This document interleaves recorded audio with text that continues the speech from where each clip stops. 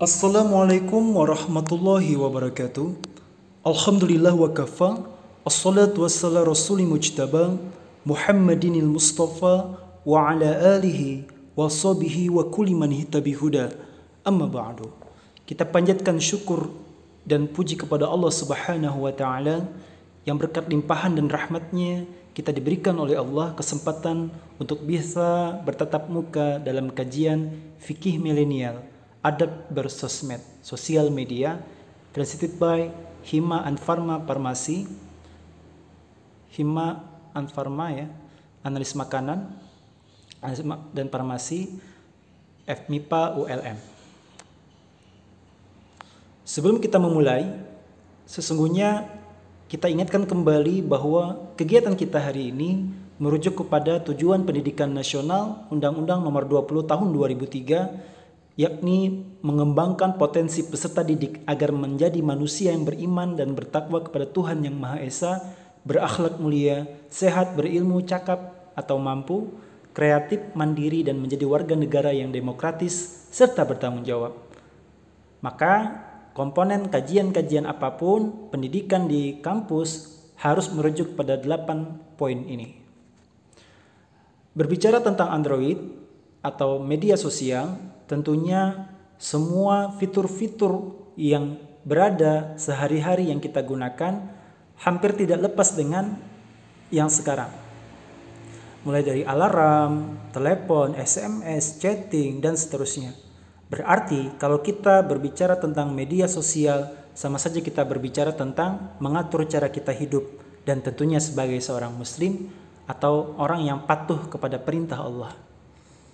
Tujuan kita menjadikan media sosial sebagai identitas kita sebagai seorang muslim, dan boleh jadi jalan yang kita pilih nantinya akan menjadi jalan yang sepi peminat ya. Beranikah kita mengambil jalan itu? Mari kita sama-sama simak. Dalam segi psikologi dulu dan sains, sesungguhnya gelombang itu terdiri dari berbagai macam frekuensi ya. Di sini kita mulai dari gelombang beta. Itu adalah gelombang di mana orang itu bangun, fokus ya. Bisa kita lihat seperti ini. Nah, ini contoh ya. Sehingga biasanya konsentrasinya tinggi ya, tidak bisa diganggu tuh. Kalau kita lagi main game, ayo disuruh mandi oleh orang tua, pasti bentar ya. Nah, ini juga kondisi standar orang yang lagi bermedsos. Nah, sama ya, ketika kita lagi asik medsosan, kita nggak bisa diganggu tuh biasanya tuh. Namanya gelombang beta. Dan kondisi ini juga berada ketika di media sosial melakukan yang namanya debat ya. Debat itu kita dalam keadaan sadar, beta, sehingga masing-masing akan mempertahankan pendapatnya dan sulit untuk mendapatkan pencerahan atau menyerap ilmu. Gelombang berikutnya adalah gelombang alfa. Ini gelombang yang sangat bagus untuk belajar ya, relaksasi. Biasanya orang yang siap belajar seperti ini. Kapan ketika bermedsos itu kita menjadikan kita bergelombang alfa saat dijanjikan. Misalnya dijanjikan kajian jam 9 malam pakai Zoom atau Meet Google ya, atau dan yang lain-lain, maka saat itu kondisi peserta akan menjadi gelombang alfa dan siap untuk belajar. Ini contoh penerapannya ya nanti. Kemudian gelombang berikutnya adalah theta. Theta ini gelombang meditasi ya. Mudah untuk merenungi ya, terutama dalam keadaan sholat. Bahkan juga di saat kita berada di belakang waktu buang air ya. Nah, itu juga relaksasi tuh. Bisa ingat sesuatu yang asalnya lupa. Dan yang terakhir adalah delta. Ini gelombang tatkala kita tertidur ya. Kalau gamma itu gelombang kacau ya. Baik. Penerapannya seperti ini. Ini medsos gelombang apa tadi? Beta. Itu tadi penerapannya ya. Berbicara SOP fikih, sebelum kita bicara medsos, kita lihat dulu dari Syekh Ibnu Qayyim al-Jauzi tentang SOP atau adab fikih. Kita lihat secara garis besar, beliau mengatakan wal muamalah fahiya afun hatta yuharimaha. Sesungguhnya bermuamalah atau aktivitas-aktivitas yang seperti yang kita lakukan biasa itu dibolehkan, dimaafkan ya.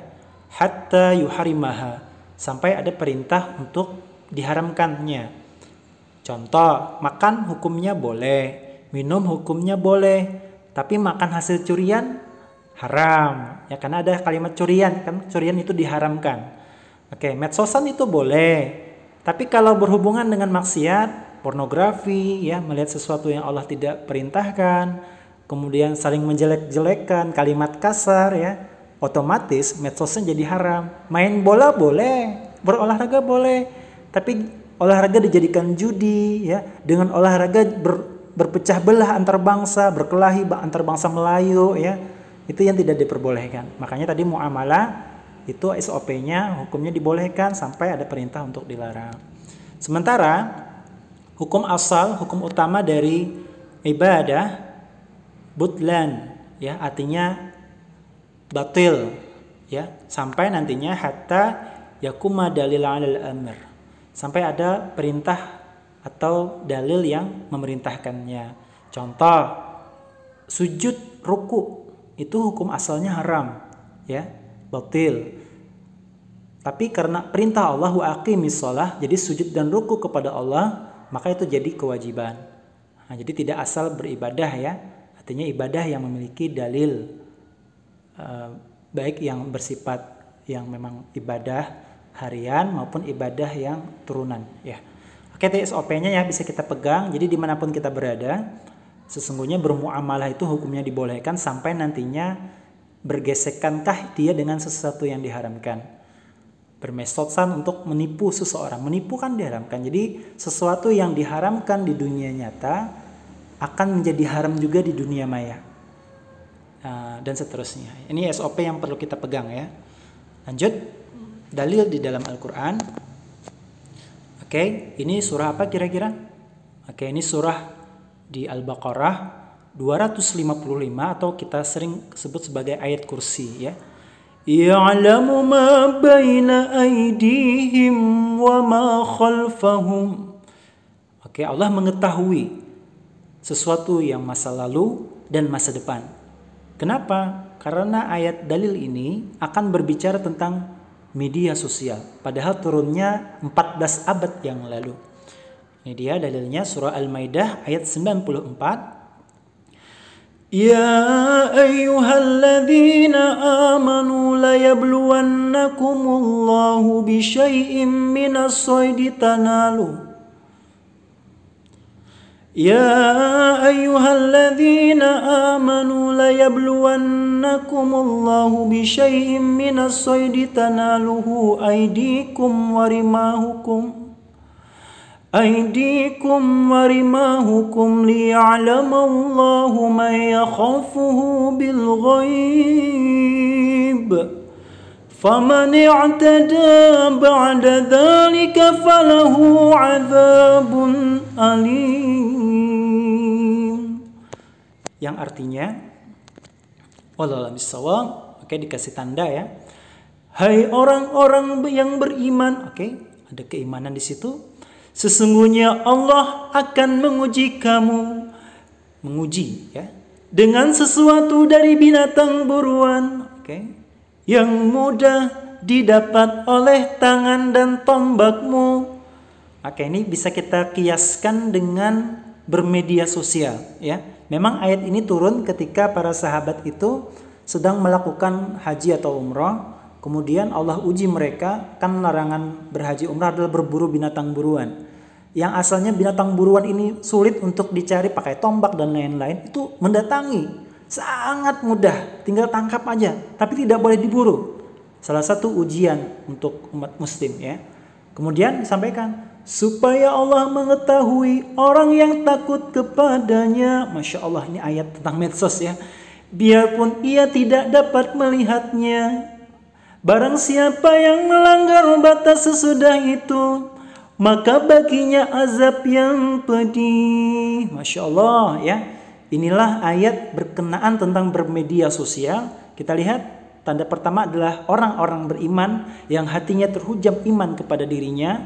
hendaklah identitas seorang mukmin muslim ya tetap dia perhatikan. Kemudian Allah uji. Ini ujian yang tidak diberikan kepada umat terdahulu berupa apa? Internet yang mudah oleh tangan dan tombakmu, peralatan-peralatan kita, paket data yang paling mudah, paling murah, paling banyak ya, cepat jaringannya. Untuk apa digunakan? Supaya Allah, Masya Allah ya, mengetahui orang yang takut kepadanya walaupun tidak dapat melihatnya. Masya Allah, ini penting sekali. Makanya tentunya nanti ada adab-adab bermedia sosial dari turunan ayat-ayat ini. Dan yang paling menarik dan paling menakutkan, Allah berikan barang siapa yang melanggar batas, yang tidak bisa amanah dengan amanah ini, amanah yang dikenal dengan akses, maka baginya azab yang pedih. Masya Allah. Ini adalah bagian dari tantangan kita, sekaligus ancaman dari Allah. Kita diberikan amanah berupa akses yang mudah bermaksiat, mudah beribadah. Bagi siapa yang tidak mampu dengan amanah ini, melanggar batas, azab yang pedih sudah menunggunya. Masya Allah. Lanjut, akses ya. Inilah amanah akses yang tidak diberikan umat-umat terdahulu. Dulu mau berzina berat ya, harus ketemuan bla bla bla dan seterusnya. Sekarang berzina sentil jari, berzina saat itu juga. Makanya penting sekali kita amanah dengan amanah akses, menahan diri. Nah, maka turunannya jadikan internet sebagai ladang amalmu, bukan sebagai ladang dosamu. Oke, tentunya ada beberapa adab yang bisa kita penuhi. Ada 5 adab insya Allah secara garis besar dengan turunan-turunannya. Adab yang pertama, agar internet media sosial menjadi amal ibadah, tentunya sesuaikan dengan niat ya. Diniatkan untuk beribadah. Karena sebagaimana di hadis arba'in, hadis yang pertama, innamal a'malu binniyat. Sesungguhnya amal perbuatan itu bergantung pada niat. Contoh, kita niat posting mengingatkan tentang salat duha. 10 menit lagi salat duha berakhir. Yuk salat duha. Kita niatkan tuh untuk ngingetin orang, maka insya Allah jadi ladang ibadah. Beda kalau kita memposting sesuatu untuk sekedar riya ya. Nanti kita lihat contohnya. Nah, ini contohnya, jangan sampai kita beribadah malah menjadi amal salah, bukan amal soleh. Oke.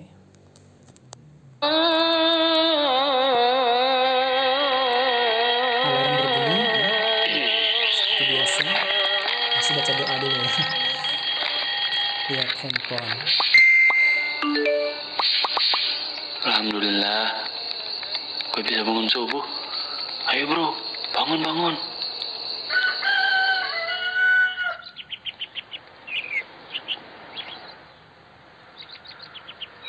Allahu Akbar. Oke, salat duha. Allahu Akbar. Assalamualaikum warahmatullahi wabarakatuh. Assalamualaikum warahmatullahi. Cepat ambil ya.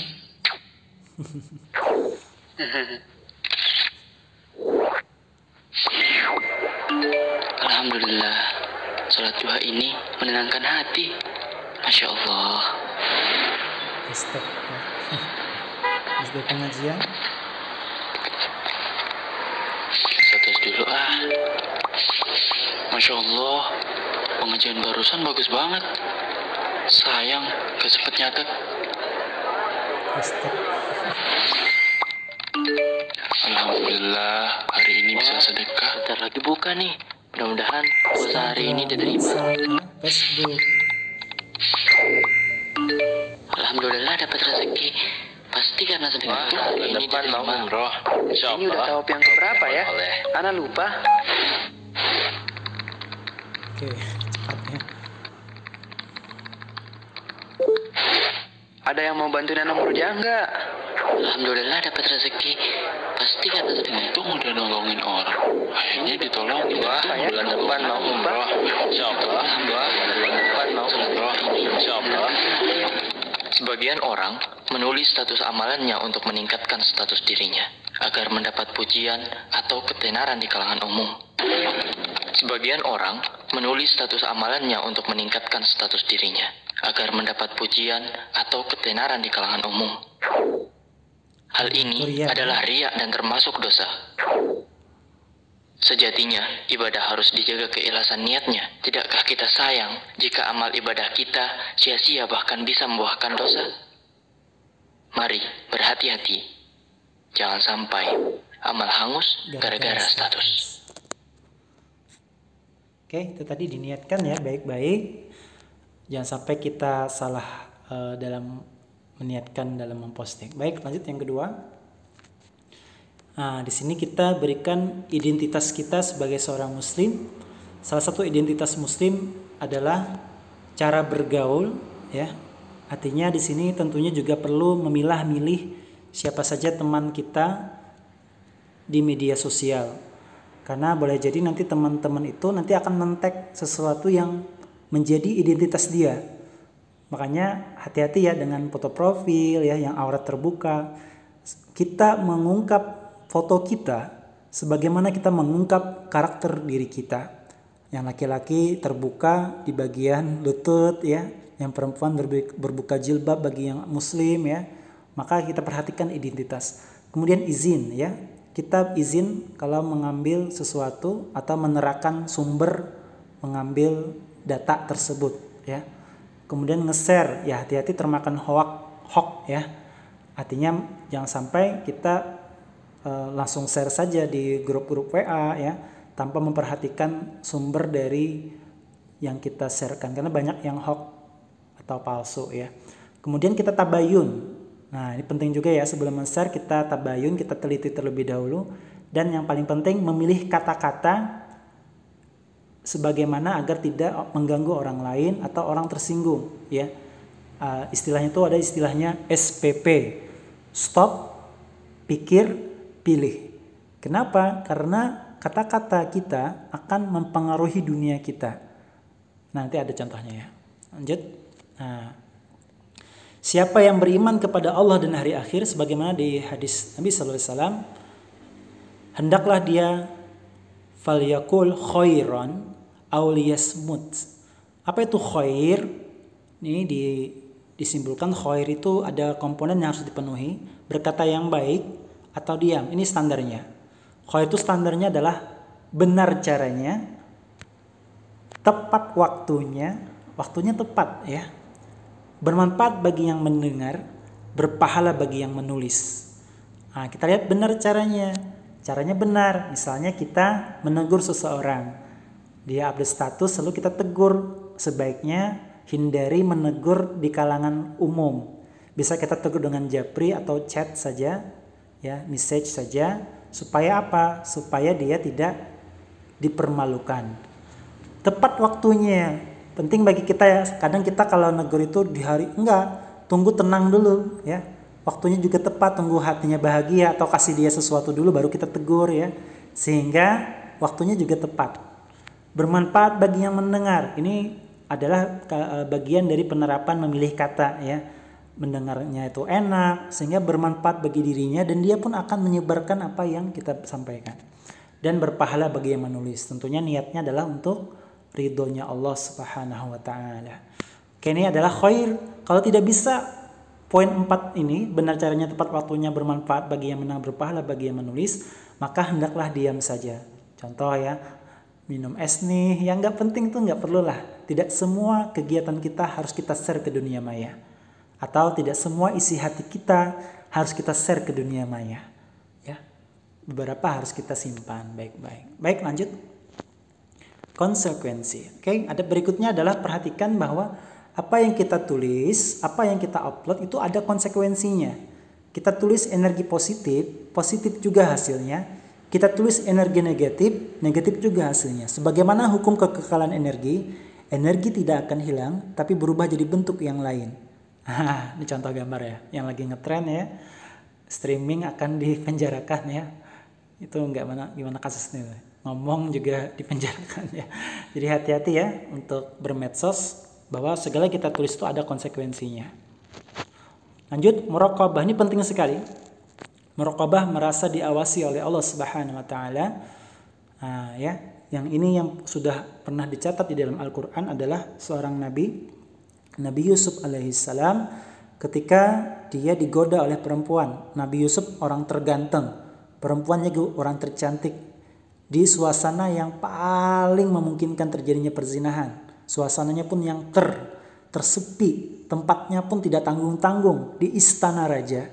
Tapi berkat muraqabah, merasa diawasi oleh Allah, Nabi Yusuf pun selamat. Ini juga penting kalau kita ingin selamat bermedsos, sebagaimana di Quran tadi surah Al-Maidah ayat 94, kita merasa diawasi oleh Allah adalah kunci berhasil tidaknya kita menggunakan amanah ini. Kalau muraqabah sudah tidak ada lagi, maka segala maksiat bentuknya, segala bentuknya akan kita laksanakan. Makanya penting muraqabah selalu kita tempel.